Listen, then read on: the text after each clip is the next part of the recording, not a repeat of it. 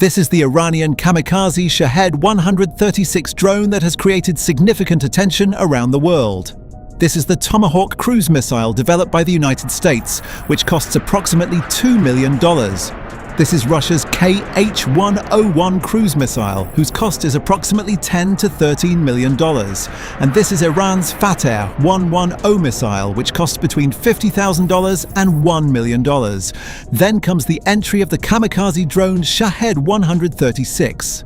This is also a type of attacking weapon that falls within the missile category, but its price is only $10,000 to $20,000, which is even lower than the price of a car in many countries. This drone technology has demonstrated in modern warfare that wars are not fought only with advanced weapons, but can also be fought economically. These drones are also known as loitering munitions. They are also called suicide drones because when they hit their target, they destroy themselves along with the target.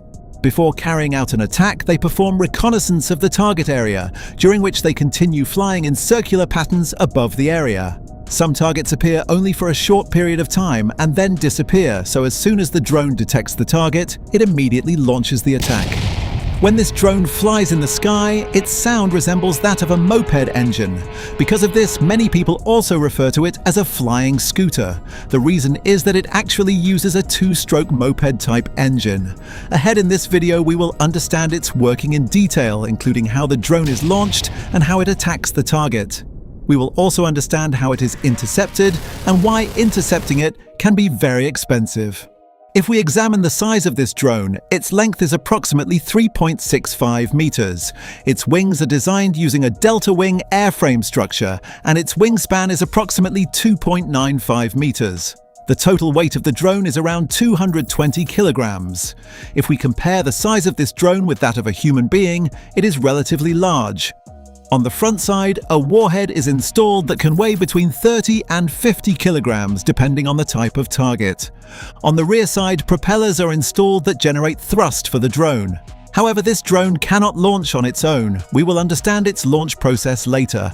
The engine used in this drone is a two-stroke gasoline engine, which is imported at a relatively low cost. The design of this engine is believed to be inspired by older German engine technology. If we look at history during the Second World War, Germany installed Jericho trumpet sirens near the landing gear of its aircraft. This system also functioned similarly to a propeller mechanism. When the aircraft performed a high-speed dive, the siren produced a very loud sound that created psychological fear among enemy soldiers. This engine is air-cooled, which means that no separate cooling system is installed. When the drone moves forward at high speed, the airflow itself provides cooling. This engine produces approximately 50 horsepower of power, which can propel the drone to speeds of around 200 kilometers per hour. When the drone flies in the air, its sound resembles the type described earlier. To control the flight, control fins are installed near the engine on the rear side of the drone. When the drone flies through the air, these fins help maintain stability. To allow the drone to climb in the air, flaps are used, which generate lift force. Behind the delta wings, elevons are installed that help the drone change direction and turn. Servo motors are used to control these mechanisms.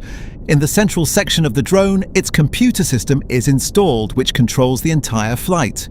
Along with this, a GPS system is also present that remains connected to satellites and continuously monitors the drone's location. In addition, if the GPS stops functioning for any reason, the drone also contains an INS, inertial navigation system. This system includes sensors such as gyroscopes and accelerometers, which continuously measure the drone's speed, direction, and movement.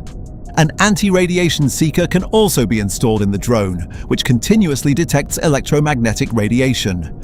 Radar systems constantly transmit radar signals into the air. This seeker can detect those signals and determine the direction from which they are coming. The drone can then be guided toward that direction. If the radar of an air defense system is destroyed, the defense system can become effectively blind.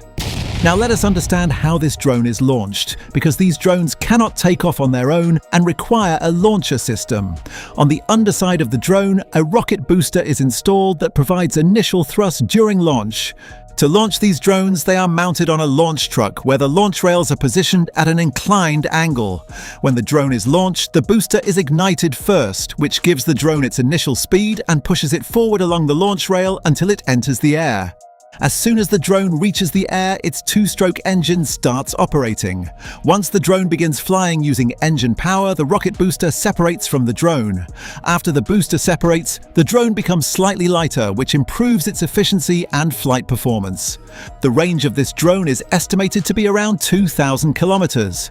However, one unique characteristic of these drones is that they are often used in the form of drone swarms. This means that these drones do not operate individually but are launched in large numbers simultaneously. In many situations, more than 100 drones can be launched at the same time. When such a large number of drones are launched together, they do not all strike the same target. Instead, they move toward different targets. These drones usually do not fly at very high altitudes. Instead, they fly close to the ground, which is known as low-altitude flight. Because of this, detecting and intercepting them can often be difficult. Although technologies exist today that can destroy these drones, in many situations, destroying them becomes economically expensive. In the air defense system of any country, there are generally multiple layers of security. The first layer usually includes surface-to-air missile systems. For example, Israel's Iron Dome system and the United States National Advanced Surface-to-Air Missile System fall into this category. These systems have their own radar systems that detect targets and send information to the control system. The control system is connected to battery units, which contain interceptor missiles. When the radar detects a target, the control system launches an interceptor missile in that direction. These systems are typically designed to destroy small targets such as drones and short-range missiles. However, when drones arrive in very large numbers, some drones can bypass the defense systems and reach their targets. For example, the Tamir interceptor missile used in Israel's Iron Dome system costs approximately $50,000, which can sometimes be more expensive than the drone itself. In addition, the Patriot interceptor missile PAC-2, developed by the United States, can cost approximately $2 to $3 million. Although drones can be intercepted using these missiles, this method can sometimes become economically very costly. Drones can also be intercepted with the help of fighter jets, but this is considered one of the most expensive methods. In addition, anti-aircraft guns are also used in many locations, which are equipped with their own radar systems. These systems first detect the drone and then attempt to destroy it using gunfire. Although the range of these anti-aircraft guns is usually around 5 kilometers, drones are relatively small targets, so in many situations, these systems can still prove effective. The second layer of air defense is typically designed to intercept aircraft, cruise missiles, and medium-range ballistic missiles. For example, the United States uses the Patriot air defense system in this layer. These systems are designed to intercept aircraft, cruise missiles, and medium-range threats. The third layer of air defense is intended to intercept long-range ballistic missiles. In many cases, this interception occurs outside the atmosphere or at very high altitude.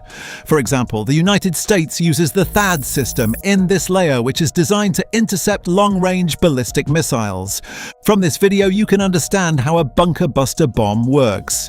If you have any suggestions, please share them in the comment box. Thank you.